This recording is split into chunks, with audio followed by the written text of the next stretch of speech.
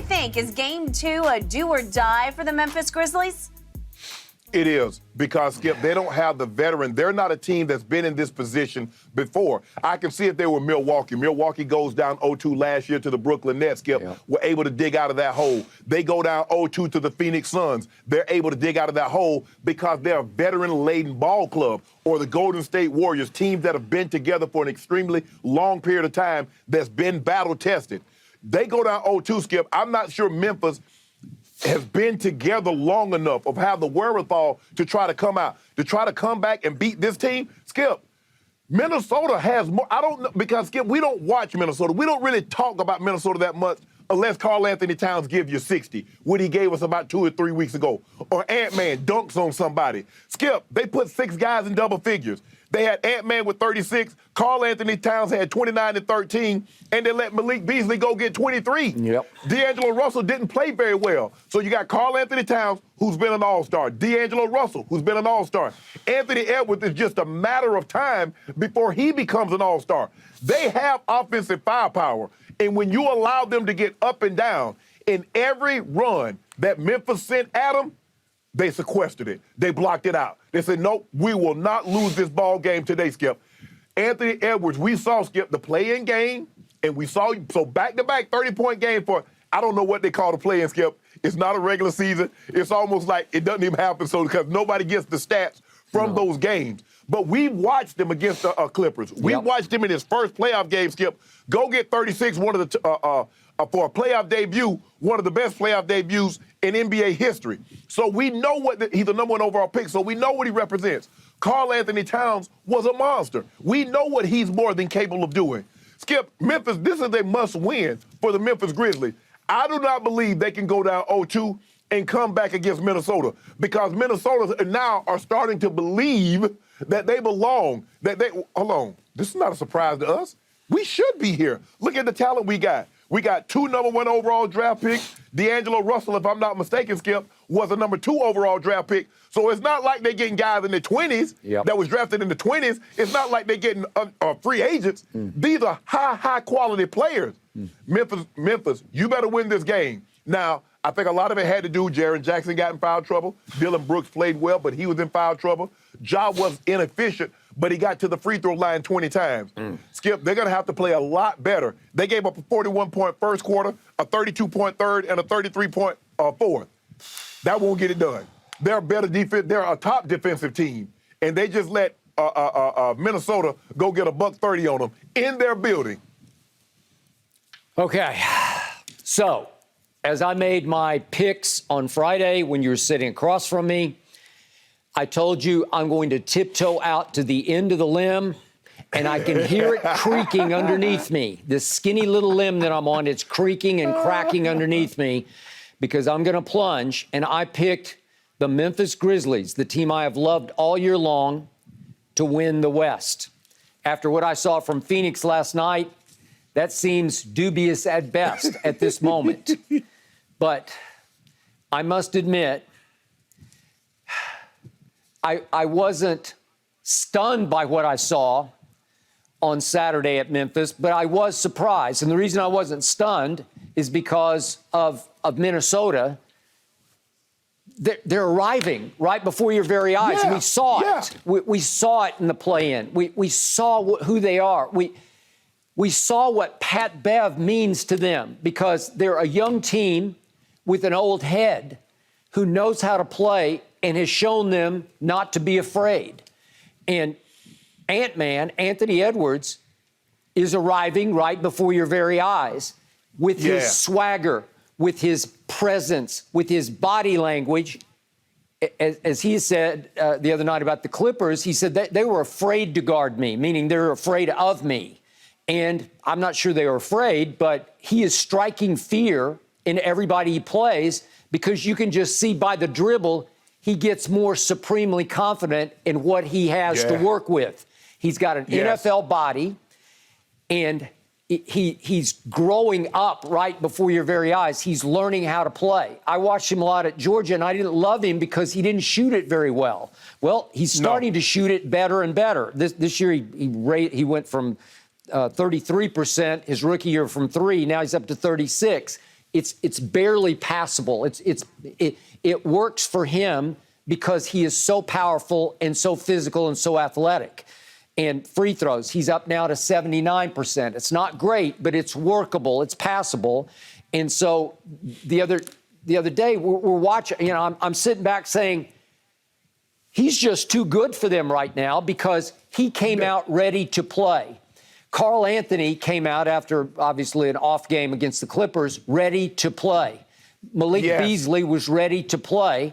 They were all readier to play than Memphis was. And I know Ja watches our show. Maybe a lot of them watch our show. And I started thinking, do I bear some responsibility here? Because when I pick him to win the West, I envision Ja sitting back saying, yeah, we got this. We got an easy opening round opponent in Minnesota.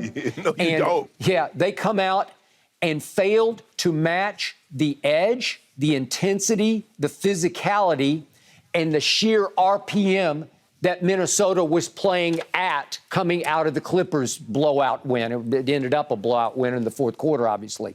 So, to me, Ja started off fine because he made 4 of his first 5. Then he goes through a stretch where he misses 9 of his next 10 shots, and that was the stretch Minnesota just took the game over. And once they took it over, there was no looking back. And even in the fourth quarter, Memphis goes 1 of 7 from 3, while the T-Wolves they made 5 out of 14, and that's why they were able to win the fourth quarter and pull away in the game where they won the fourth 33-25. Well, in the end, they're so deep that you couldn't even see their depth the other day because it got overshadowed by the arriving firepower of the visiting team. And I saw a quote from Anthony Edwards after the game. He said, yeah, what I love about it here is, speaking of trash talk, he said, we hear a whole lot of trash talk from the Memphis fans. And it seemed more sort of affable, more, more sort of G-rated. He said the kids be getting involved. Yeah. He said the kids be getting involved. The kids, that's what he said. The kids are getting involved. But he says, we're feeding off it because we're built for it because they like to talk their noise also. So Memphis talks, T-Wolves talk back. And Shannon, I cannot exaggerate enough how much it means to a younger team to have Patrick Beverley on your side in a game like that. Because he's making plays all over the floor. He's getting under skin all over the floor. He's irritating. He's annoying. He's disrupting. He's distracting. And he makes big little plays down the stretch that just turn the tide. I don't know. They are a force to be reckoned with. And so back to your point, I picked them. And tonight, it's not only a must-win, it's a cannot lose. You cannot lose this game because I don't see how this team could then go up to Minnesota and win a game or two. What did we see last year? The one team you left out was the team I like, the Clippers. Well, obviously, they lose to Dallas games 1 and 2 at was then Staples Center. And remember, they go to Dallas on Friday night and Sunday, and they win games 3 and 4. Well, guess who? They had Kawhi Leonard, who's been a Finals MVP and has won rings, obviously, with the Spurs. And they had Paul George, who had turned back into playoff P. Well, he's a veteran player with superstar talent. And those two alone just rose above Luka and said, we got this. Well, help me out. Do I see a Kawhi or a Paul George on the Grizzlies? I don't. Not yet. No. You're right. And Reggie Jackson has been in the playoffs, has been and played well in big moments. Huge for the Thunder. I think the mistake sometimes young teams make is that they rely too much on their crowd. And they're like, okay, our crowd will get us back into the ball game, or our crowd will take them out of the ball game instead of coming out playing. They did not match the intensity in which I guess they thought that Minnesota was just happy to be there. Yeah. Like, we wanted to play in tournament. We just happy to be here. No, they believe Cat, Ant-Man, they believe that they can win a playoff series. They believe that they can go far. When you look at the talent and you hear them talk, Skip, Karl Anthony Towns, when he comes to play, he's the 3rd best big in basketball. He is. I'm not taking him over Yoke. I'm not taking him over Embiid. But I'm not taking any other big man over him. No. I'm not taking Gobert. I'm not taking any other big man over Cat. Anthony Edwards, Skip, and I love Melo, But Melo can't touch this guy offensively. This kid has supreme athleticism. He's unafraid of anybody. And when he gets the ball in his hands, he says, I can rise up over you and shoot it, or I can blow past you and dunk it on your head. So he's playing with extreme confidence. And you mentioned Malik Beasley. They got guys that fit. They understand their role. Pat Bev understands his role. My job is to be an irritant, get 75% of the 50-50 balls, grab a rebound, hit a key layup, maybe a big three here or there. Yeah. That's his job. He understands it. He embraces it. But those two big guns, Ant-Man and Cat, they are to deal with. They are a load. They're a load. And by the way, I'm going to throw this factor in. Now that Alex Rodriguez is an owner of the T-Wolves, I think it empowers the players to think he's on our side because, listen, no matter what you think of A-Rod, he has stature. You know, he has an all-time presence that he brings to that franchise, and they're not just lovable losers. They're not also-rans anymore. I think when they step on the floor, they think they're arriving as a legit contender. So yes, it is scary. And the thing I love and hate about the NBA playoffs is a game one can render a team that I love, Memphis, it can make them look ordinary if they're not ready for it. And they looked ordinary. Now, a game two, if they bounce back the way I think they will tomorrow night, can also shock you with how they flip the switch, and all of a sudden you say, oh, there they are. Because they go like 12 deep, and you couldn't tell it the other day because it started with Steven Adams. He got in early foul trouble, and look what he gave you. How about zero points and 3 rebounds? Well, that won't work because Karl Anthony Towns is just eating his lunch and dinner and then breakfast on top of it. So, well, but that was the thing, Skip.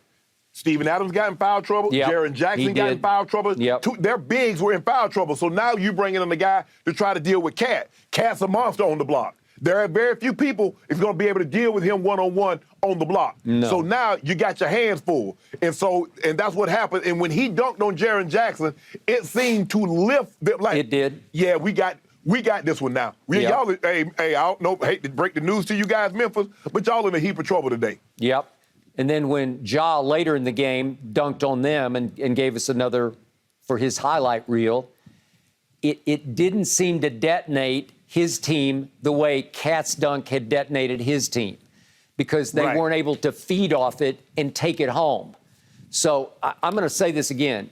I believe in Ja Morant, and I hope he's watching right now because not only do I believe, I trust, I honor, I think he has arrived as a superstar in this league. But obviously, as we always say, playoffs is when you make your real money and your reputation. And this is the biggest game of Ja Morant's life will be tomorrow night. And I believe he will rise and shine. Again, to your point, he got to the free throw line 20 times. That will work, and he made 16. That will work. But he's just going to have to make more shots and more plays, and he's going to have to assert himself early on to show the T-Wolves, not tonight, not in our house. It's going to start with him, and then everybody else is going to have to feed off him with an edge that will match Minnesota's edge, especially in the paint, where Steven Adams is going to have to be a step quicker, and Triple J is going to have to be a step quicker, where they can't get in just hacky foul trouble, where they're always a half step late. So this is huge for this franchise. It's huge for this team. This team was sensational without Ja. They were, as you well know, they were 20-5 without Ja. That just shows you how deep they are. And they just weren't prepared for the onslaught in game one. So if they bounce back and square it 1-1 going to Minnesota, they'll be just fine. Then it may, we're now destined for a 7-game series with a game 7 back in Ja's house. And they've said that it's no more grind house because they have too much talent. They don't have to grind. Well, hey, Shannon, tomorrow night, it better be the grind house again. They may have to turn it back into that because they're going to have to grind one out against a team that believes supremely in what it is right now. You're absolutely right, Skip, because if I'm not mistaken, I think Minnesota is either first or second in the scoring. You don't want, Skip, you don't want to try to get into a track meet with these guys that can get up and down the court. You might need to grind them down. You might need to foul them down and make it a 105 to 108, 110 type ball game. Maybe lower. You start letting it get into, you start, well, the old Grizzlies, Skip, they kept you in the 90s, the 80s. They would. You don't want this game getting into the high 120s to 130s because they can go get, I've seen them go get 145, 150. So you got to be careful, say, well, we're not this, we're not that, because they got two elite level players that can go get you 40, 50 points in a ball game. So Memphis got their work cut out for them, Skip. This is an absolutely must win. You hate saying, well, it's only the second game. No, it is. You go down 0-2 to this team with the confidence that they're playing with, you got your work cut out for you. Do or die. And I believe it will be a big do. It is an odd reality, that's for sure, in a game, too. But, guys, you're right. Chris French has that T-Wolves team playing so hard right now. Wow. Thank you for watching. You can subscribe here to get the latest from the show, and be sure to check out more of the best clips from Undisputed, or go watch a few other segments from our other shows on FS1.